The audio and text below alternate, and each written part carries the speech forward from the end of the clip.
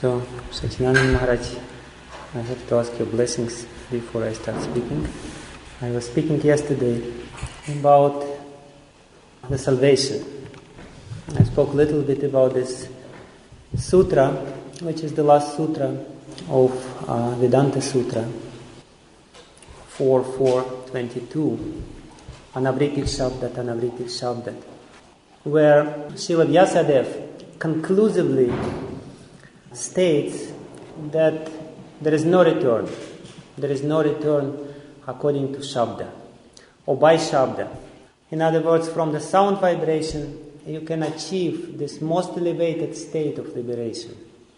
And I was speaking a little bit about the practices of different religions, how different religions are selling salvation, and how different religions are trying to market their religion as the most sure means for salvation. And my main goal here is to describe the mechanism of salvation in Gaudiya Vaishnava Sampradaya, or in our religion.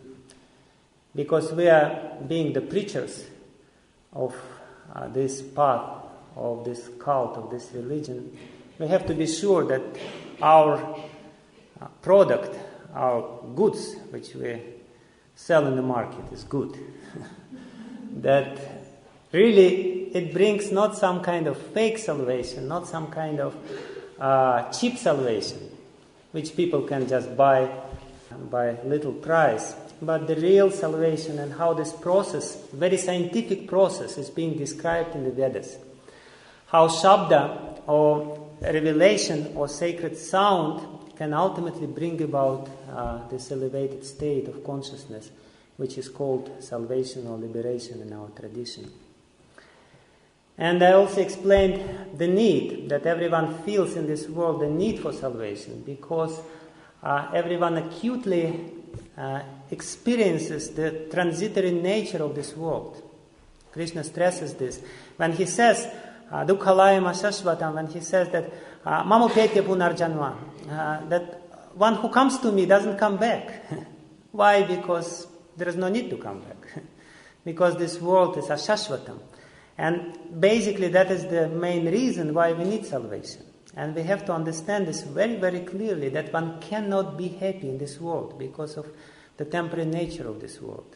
Because this world is by nature is very temporary place. We need some other state. The state which is permanent. The state which is not this state is not final, which we are in. And everyone knows this. And therefore, also I said that, therefore the disease of fear comes into the heart. Srimad Bhagavatam explained this.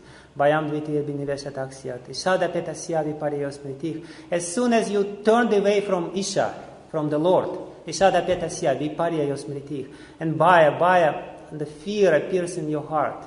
And fear means, when we want salvation, it means that we're fearful. It means that we acutely experience this, the tottering nature of this world. Like Prabhupada, he explains this, that this life is like the tottering on a very shaky platform.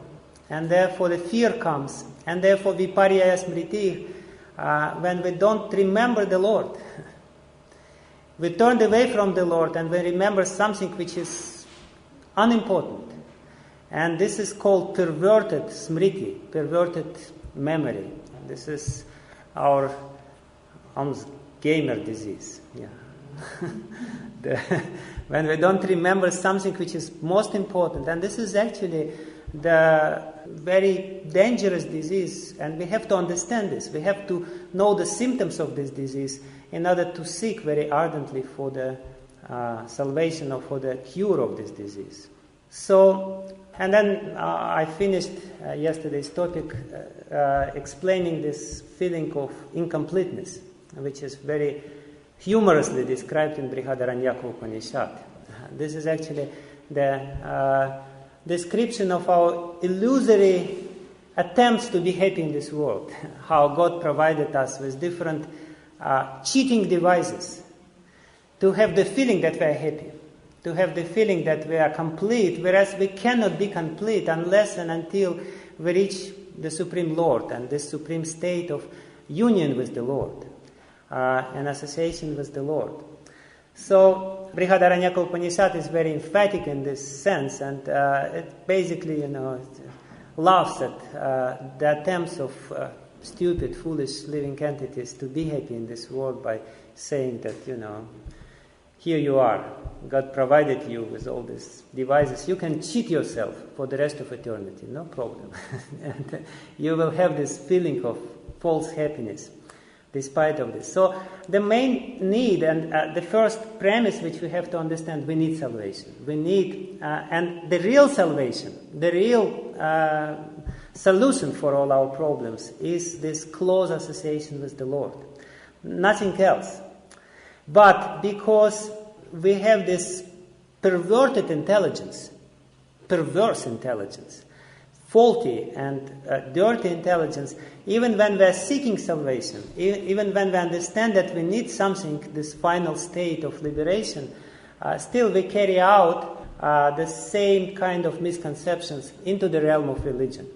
And this is what Bhaktivinoda Thakur is explaining in Sri Chaitanya Shikshamrita, and I will briefly explain this. He explains the 4 motivations which is the driving force for people to execute religion, to practice religion. He says there is bhaya, there is asha, kartavya buddhi, and finally raga, or attachment. And he says that 2 first motivations, bhaya and asha. And bhaya means fear, and asha means hope or desire. We know this word, asha. Krishna says in Bhagavad Gita, moga sham, moga karmana, moga asha. So, moga jnana vichedasam. Bhaktivinoda Thakur says that these 2 first motivations are totally wrong. And if people try to practice religion, being driven by this motivation or using these motivations as a driving force, the destination which they will attain will be false as well. He says that these motivations, bhaya and asha, fear and desire to get something from the Lord, or hope to achieve something as a reward for our religious practices, is very base motivations. He uses this word, very low-class motivations. And I started describing that there are different religions which are entirely based on these motivations, like Buddhism. Buddhism, as I said yesterday, totally based on this fear. The whole material world is bad. And being polite, they don't explicitly say that there is God who created this miserable world for us to be tortured in this world. The whole concept of Buddhism is that God is the torturer, and this whole world is the torture chamber. And here you experience this, and the only escape, the only conception of salvation or liberation in Buddhism is just to commit suicide totally, become nothing.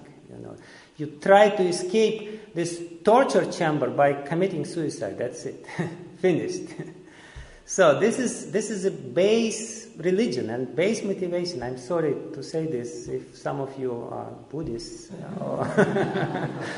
or want to be Buddhist or have some illusions about this religion. So I'm sorry, but this is not a good religion at all.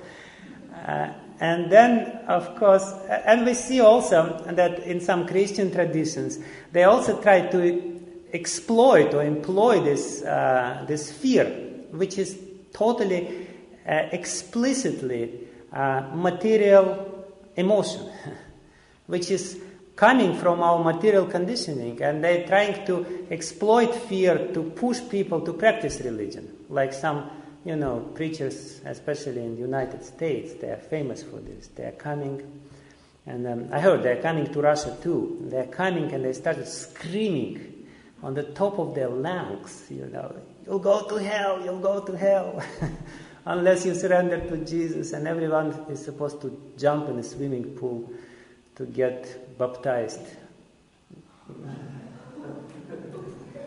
There is a mass baptism there. They make the lectures in the swimming pool, so the swimming pool is nearby, so that everyone could execute this process of salvation in a very easy way. Just jump in a swimming pool. But this is all ridiculous concepts. I remember I was in the United States in this conference in the United States of the spiritual leaders of the world, and different people of different traditions came. There were Jews there, Christians, Muslims, and Buddhists, and Hare Krishnas were there as well. So it was a very strange kind of gathering there. And everyone was supposed to speak something about their tradition, and everyone was looking at everyone else with little kind of, feeling of sadness. These poor people, they all condemned.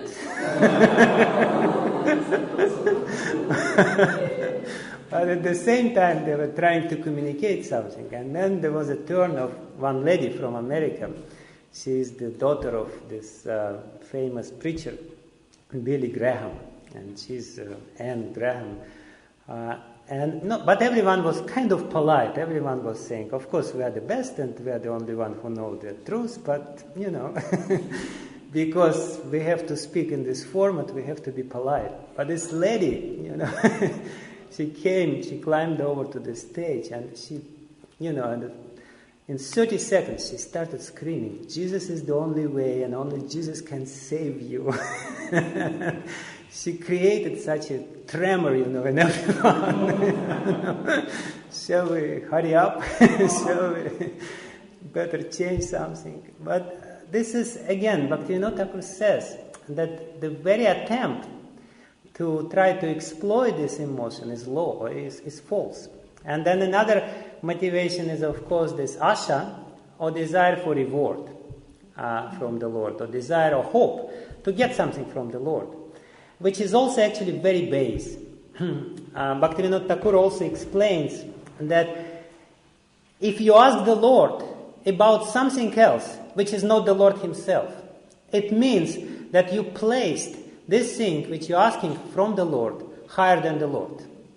In your system of values, this thing which you are begging from Him is more important than Him. You're coming to the Lord, who is the source of everything, who is most blissful spiritual personality, and you're saying, please give me this, little car, because I need the car. And basically it means to say to the Lord, I don't need you, right? I don't need you. And this is what also so many religions practice, and even being proud of. Like there is one Jewish rabbi, and he said in one of his books, he said that Judaism is the best religion. Why? He explained why. It is the best religion of all, because you can be perfect Jew without even believing in God. You don't need to believe in God to be a good Jew. You just have to follow the rules and regulations, that's it. And God is something, secondary. You just follow these rules and regulations. You get what you need from God. There is a sure process to get what you need. So again, this is the same misconception which is carried out into the religious or spiritual sphere when we have this wrong understanding of what religion is all about, and we're trying to use the religion for this kind of purposes. There is a very nice book recently published in Russian, which is called Children Rights to God. One clever man in Russia, writer, he asked different children in schools, from the first grade, second grade, small children, to write something to God, to write a letter to God. And then he published a book, which is consisting of these letters. And basically, usually it's just one sentence or two sentences, but these sentences are very revealing. And actually, the whole scope of human religions are there in this little book, which are coming from this naive and, they're not clever enough to hide their motivations. So they write very openly what they want from God. And sometimes they want ridiculous things, And sometimes they use some clever devices also. There is one, the best letter sounds like this. One boy, he writes to God. He's from the first grade. He said, "When I first see you, my dear Lord, when I first see you, I will not ask you for anything. And you will think, such a nice and humble boy, and give me Mercedes car." So, when I first approach you, I will not ask you anything, but, you please take the note. That to reward me, you have to give me some nice Mercedes car. But basically, this is what Bhaktivinoda Thakur says. Why this? Or if we take Muslim religion, again, big religion in this world, and all these people who are killing other people on the name of religion, which is totally ridiculous, absolutely horrendous. So I saw once one of them was interviewed, and they asked him, "Why are you doing this?" He said, "Because it is said in our religion that if you do this, then immediately you will be transferred into heaven, and there in heaven already 70 virgins are waiting for you. And you will possess these 70 virgins there." So this is, therefore, Bhaktivinoda Thakur's virgins. Therefore, Bhaktivinoda Thakur says this is very base motivations, which are unfortunately, very unfortunately employed or even, exploited in many, many religions of this world.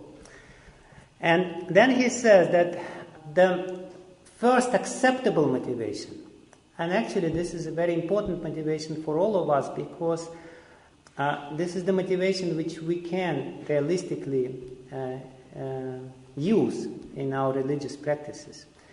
The first motivation from which the pure relationship with God may start is called Kartavya Buddhi. And Kartavya Buddhi means the sense of duty. You're doing this because you feel obliged. Basically, this motivation, it's a motivation of gratitude. The real religion, according to Bhaktivinoda Thakur, starts from this feeling within the heart that God is the source of everything, He provided me with everything, and as soon as I feel this gratitude towards the Lord, then, and that's the reason why I practice religion. I may not have raga or attachment to the Lord. And who has? Maybe Sachinanda Maharaj. But it's a rare thing. You cannot really demand this. And you cannot really employ this in the preaching as well. But the real religion starts from this Kartavya Buddhi. And Kartavya Buddhi basically means that you see the Lord as Father. The Lord is your Father. Or, as Krishna explains himself, he actually also explains this in the Bhagavad Gita. In Chaturslokya of Bhagavad Gita, he says, and Chaturslokya of Bhagavad Gita, the first verse of Chaturslokya of Bhagavad Gita, that's the beginning of real religion. He says, "Aham sarvasya prabhava matah sarvam pravartate, iti matva bhajanti man buddha bhava samanvitaha." He says that first thing which you have to understand, from which real theological journey may start in your life, is this aham sarvasya prabhava matah sarvam pravartate. Everything which you have is coming from me. And that's basically the conception of the Lord as Father. Because Father is who? Is the one who provides us with everything, is the one who gives us everything, is the one whom we have to feel some sense of duty. And it's actually often the case that we may not feel very strong attachment, but we do feel that we're obliged to Him. And that's Kartavya Buddhi. But then he says the real motivation and the real religion, and I heard that today Sachinanda Maharaj was speaking about this. I'm sorry that I was absent on your class. So he says that the real religion really starts with raga. That Kartavya Buddhi is just the preparation, and Kartavya Buddhi is the motivation for Vaidhi Sadhana Bhakti. Vaidhi Sadhana Bhakti is behind the Vaidhi Sadhana Bhakti, there is this driving force of sense of duty, or obligation, or gratitude.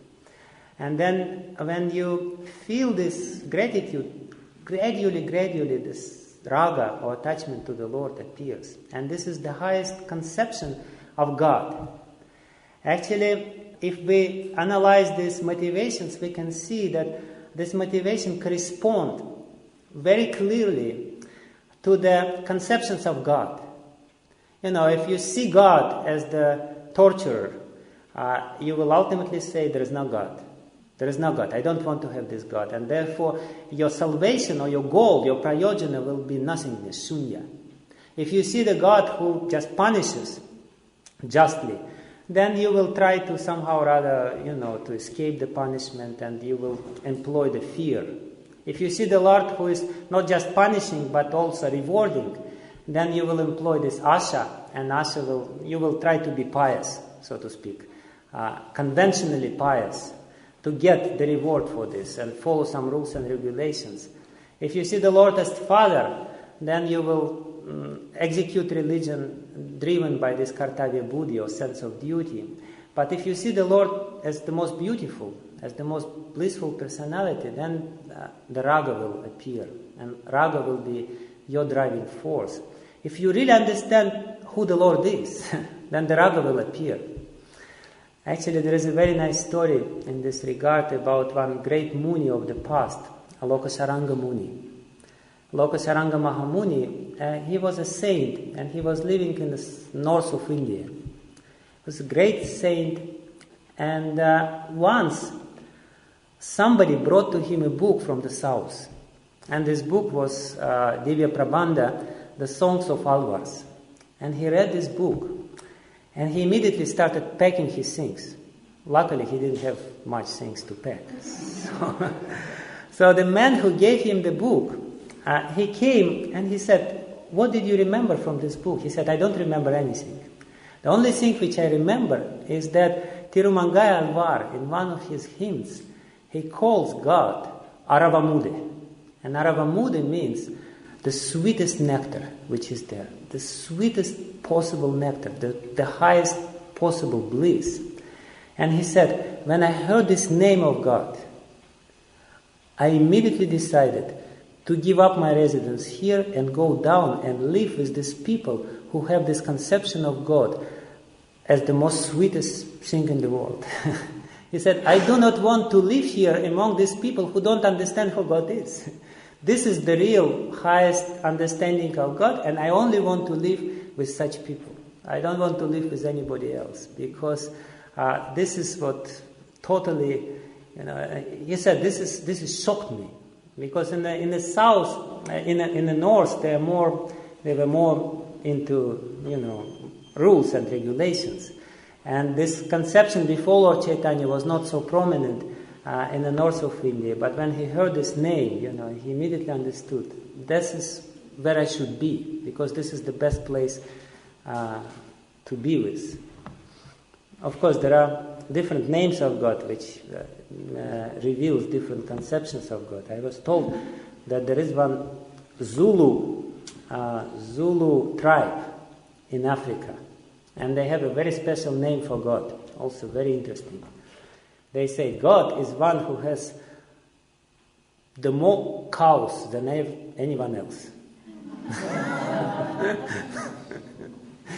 And we agree with this name, because this is what God is. But again, the highest conception of God and highest understanding of God, which we have to really clearly see and really clearly understand, is that we need God. We don't need anything else. We need only Him, because He is the highest nectar. There is also a very nice story in this regard about the salvation in Mahabharata. And this is a story about Mudgala Rishi. Mudgala Rishi was a great rishi, and he was living in Kurukshetra. And he was doing Mahayagya, Maha sacrifice. His sacrifice was that he was eating for 2 weeks. And for the next 2 weeks, he was not eating, he was only taking grains from the field, which were left by the farmers, little grains. And whatever he would cook, he would take little rice which he picked up from the fields.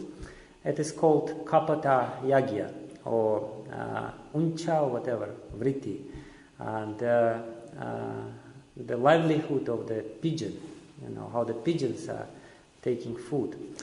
So whatever he would cook, first he would invite a guest, and the guest would eat, and whatever is left over, then he would feed his family members. He had a son and wife, and then the rest he would eat himself. And if it was nothing, he didn't eat for 2 weeks. And then for the rest of 2 weeks, he again would eat, and then he would not eat again.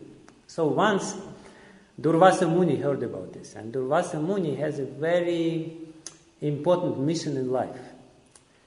He is checking how sincere everyone is. That's his main kind of, pleasure in life.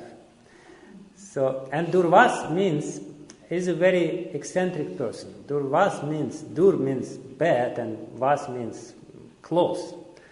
Basically means, Durvas means that he is very poorly dressed. Guess what it means? It means that he's not dressed at all. Durvas means that he's going around naked. So it's just a very polite way of saying that someone is naked. He's poorly dressed. So Durvasa Muni came to this Mudgala Rishi, and he wanted to check how sincere he is. He wanted really to check, is this guy sincere or he is just a fake? He is just a pretender. He is doing all these austerities, and he wanted to see if he is okay or not. So that was the time when Mudgala Rishi would invite guests. So he came and he said, I heard that you are feeding all the guests. So here I am, please feed me. So Mudgala Rishi gave him this rice and said, please eat. And he ate everything. And at the same time, he was shouting insulting words, left and right. You're a rascal, and you're a fool, and you're such a dirty man. And he was eating this, Very nice guest, came to your house. He's naked, and he's insulting you left and right. So, and at the same time, he's looking, how does he react? And, Mudgala Rishi is very cool and calm. And he ate everything, and he said, I want more. So Mudgala Rishi brought him more, and he ate more, and he ate everything which was there. Little was left, and not to leave anything, he took all these dirty remnants of his own food and smeared it all over his body, and laughing and looking at Mudgala Rishi. And Mudgala Rishi was cool. He said, thank you very much. He washed his feet and said, please come tomorrow. And this Durvasa Muni said, sure enough, I will come. Don't worry. So, because he was not satisfied, he said, maybe for one day he can tolerate it. Let's see what he will say tomorrow. He came tomorrow. He came the next day. He came 6 days in a row. And in the meantime, the wife of Mudgala Rishi started crying. She said, I want to eat something. He said, no, you cannot eat, because this Muni, Durvas, he is just putting everything in his body. He's smearing his body with the remnants. There is nothing for you to eat. I'm sorry. So she was standing there crying, and the little son is crying, but the Muni was totally calm and totally unperturbed for 6 days. And finally, this Durvasa Muni said, okay, you are real. And therefore I'm giving you blessings. Now, in this very body, you can get liberation. Immediately, right away.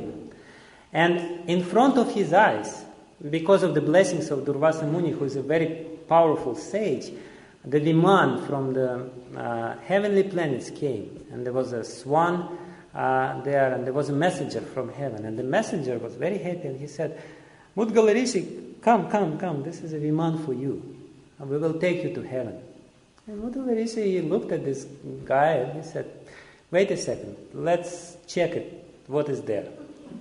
Could you please explain, because I don't want to go somewhere, God knows where.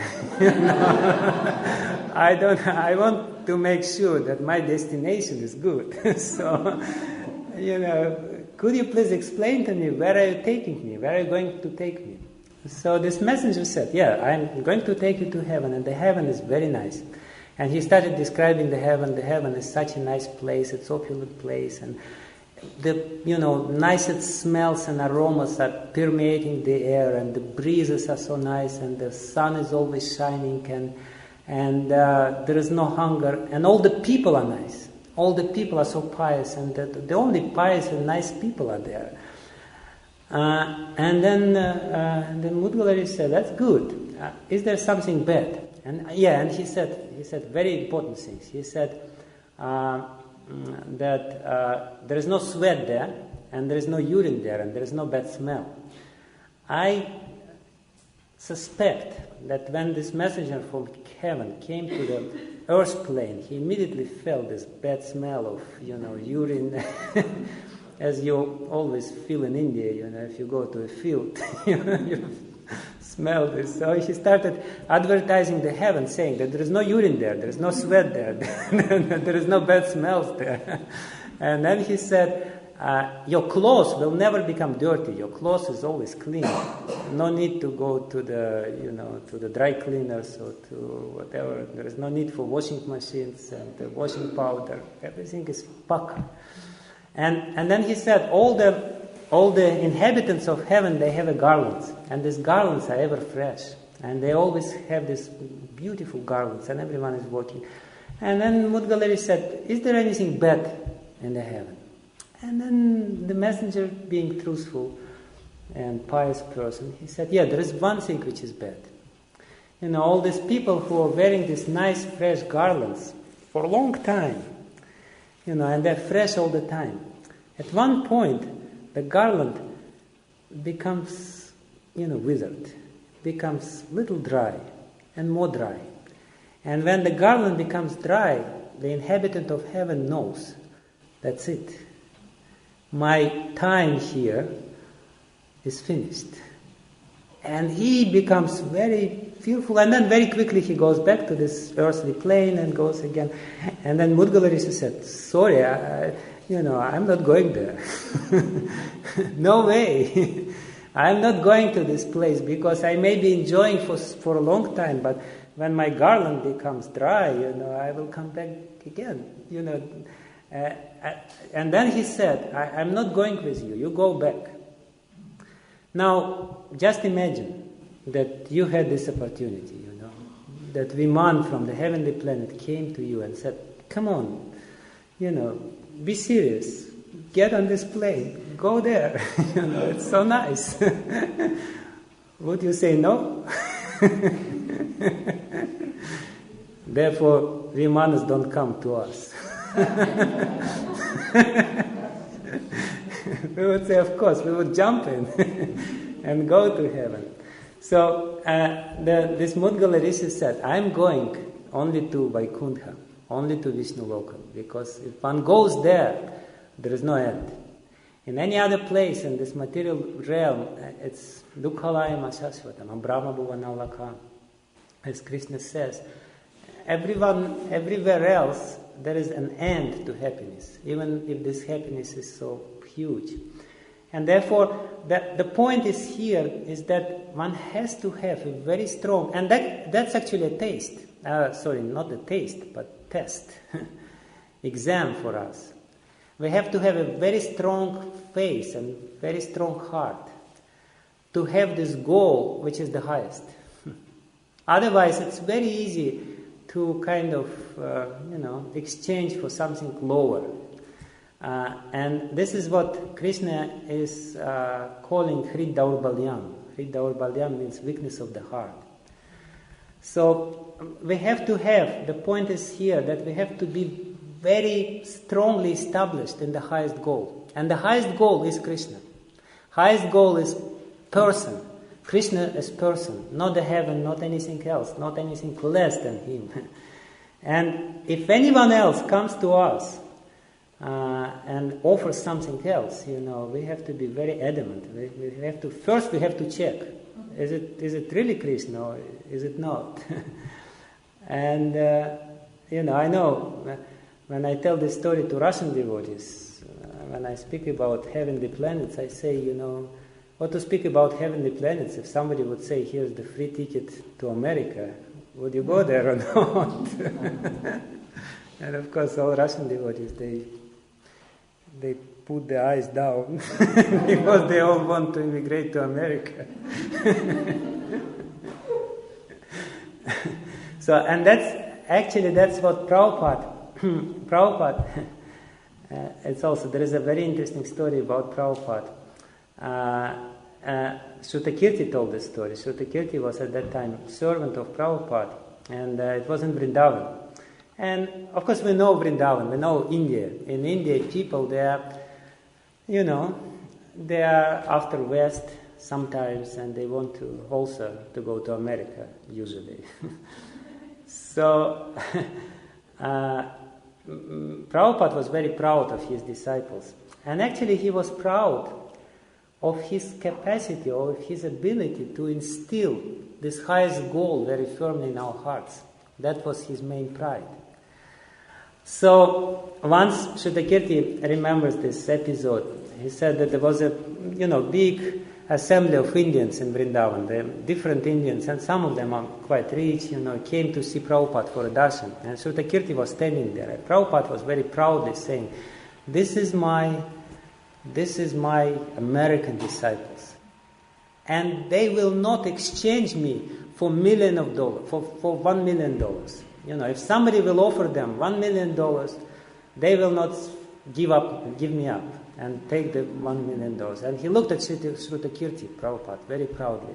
And, he's trying to explain this business-minded people, how highly they value bhakti, how highly they value, his disciples value this relationship with the spiritual master.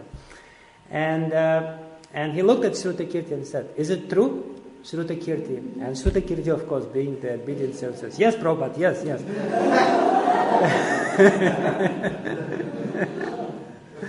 Yes, and then when he told the story, there was a big audience of devotees, they started clapping, and then he said, wait a minute, don't clap, because so far nobody offered me $1 million.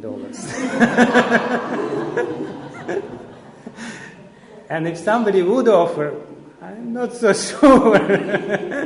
I can tell you very honestly, only if I would reject $1 million and say, no, I stay with you at your lotus feet, only in this case you could clap. Otherwise, so, and that, in other words, we have to be very clear about the position of our own heart.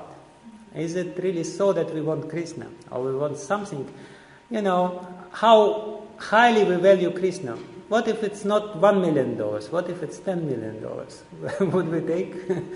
What is the price in our consciousness?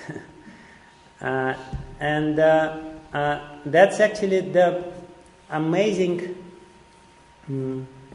feature of our school. Only Gaudiya Vaishnava Sampradaya promotes this goal of Panchama Purushartha, Prema Pumartha Mahan, that the highest goal is Prema. If you take 4 other Vaishnava Sampradayas, if you take Ramanuja, Madhva, Nimbarka, Vallabhacharya, whatever, Vishnuswami, so in any other Sampradaya the goal is moksha. And moksha basically means at best on the level of Kartavya Buddhi. Moksha means that you are there in the heaven, in the highest heaven, in Vaikuntha, but you are still using everything from the Lord, not trying to get Him. And only by this raga, by the real attachment, genuine attachment, we can get this this goal, and we can achieve this goal. So, I'm still not finished the introduction to my course. Today I wanted to speak about 3 levels of Shabda, but I will not be able to do this, so I will do it about 4 levels of Shabda, about Vaikari Vak, Madhyama Vak, Pashyanti Vak, and Paravak, and how these different levels of speech or different levels of sound are invested with different energies of the Lord, and how actually this is the process of material creation and how we can reverse this process of creation. But I will not speak this. This is a big, very important topic about different levels of sound, and how Jiva Goswami explains this in his Sandarbhas, and the process of liberation through reversing this process of creation. But for last few minutes, which is still there, I will try to explain some other interesting point from Bhagavad Gita, from the 15th chapter of Bhagavad Gita. Actually, the 15th chapter of Bhagavad Gita is the most important for this topic, because the 15th chapter of the Bhagavad Gita, how it's called? Who remembers? Yeah, Purushottama Yoga. Yeah, the yoga of Supreme Person. The Supreme Personality of Godhead is explained there. But what is the beginning of this chapter? How Krishna approaches this topic of Purushottama Yoga, or yoga of highest person. How does he? Banyan tree, yes. And not only banyan tree, before, even after banyan tree, he explains the process of transmigration. And the banyan tree, what is this metaphor is all about? Material world, yeah. Not just material world, but the entanglement in the material world. So before approaching this topic of Supreme Person, Krishna explains the miserable situation of the living being, which is totally, completely, utterly lost in this material world. Traveling in all these branches of the banyan tree, and even using Vedas.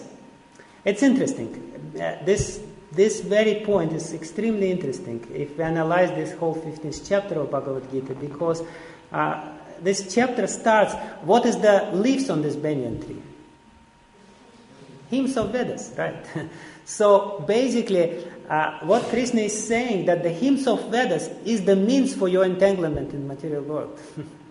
Is the means of your perpetual existence in this material world. You're traveling, or you're crawling through one branch to another branch, from one planetary system to another planetary system, using these leaves of Vedas, hymns of Vedas, for to stay here in the material world. And then he also says, he speaks about transmigration of the soul. He speaks how this the problem of the transmigration of samsara, how it's perpetuated, how the soul is changing one body into another body by using the subtle body as the vehicle. But then there is a very interesting section which starts from the verse number 12 to the verse number 15. Extremely interesting and deep if we try to analyze this.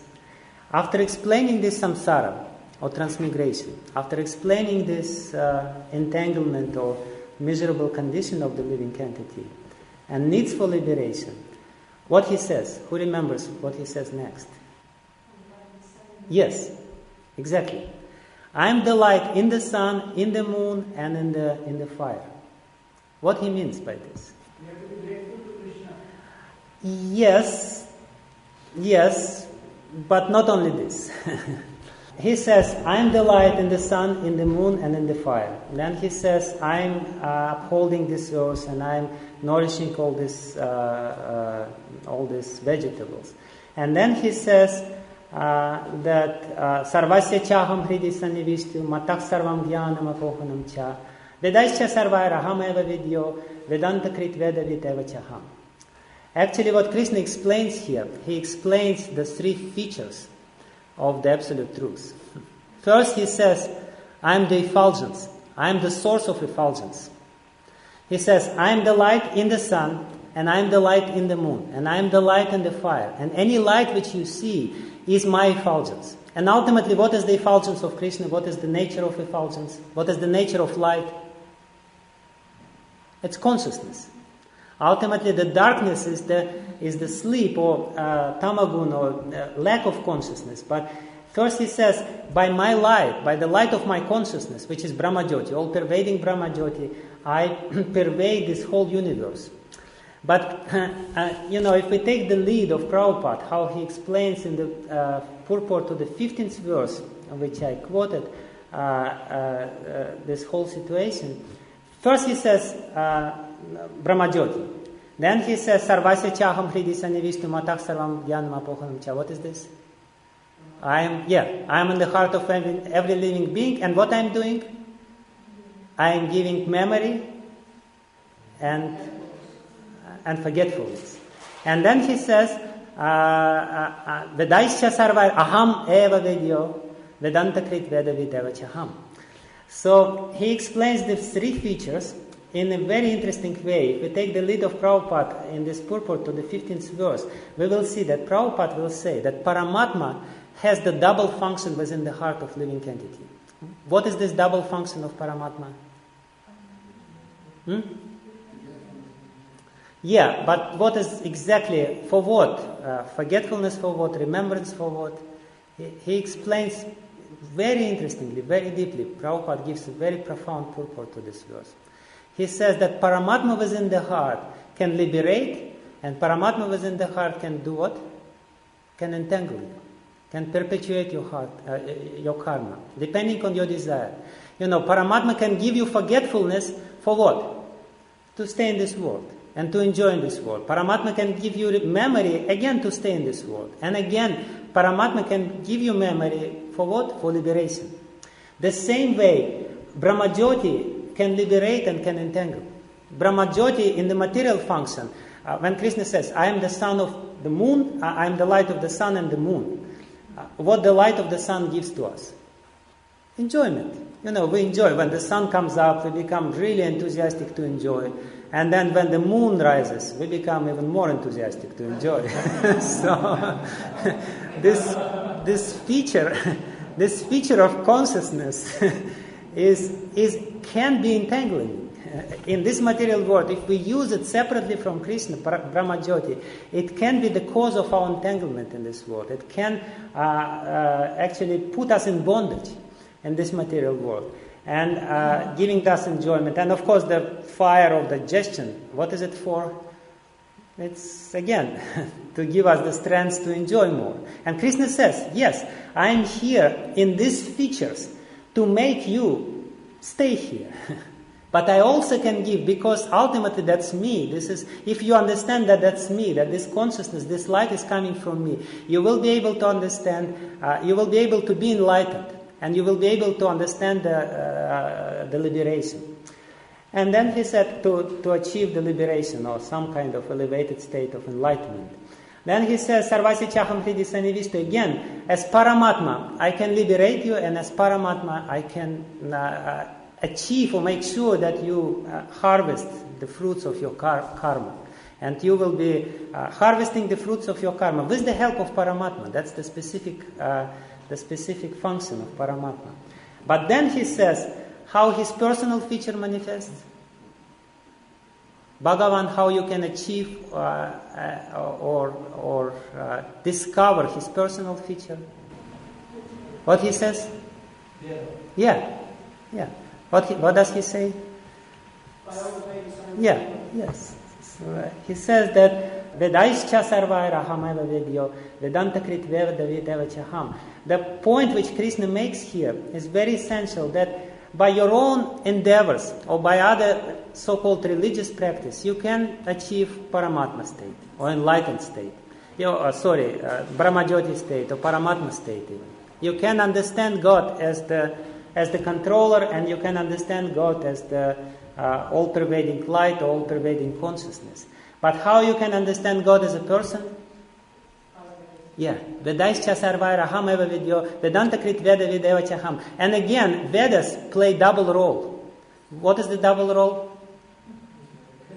Vedas, they can entangle you. Vedas can perpetuate your material staying because they are designed in a special way. But at the same time, if you employ Vedas properly, Vedaischa sarvaira ham eva vidyo, you can understand me as the person.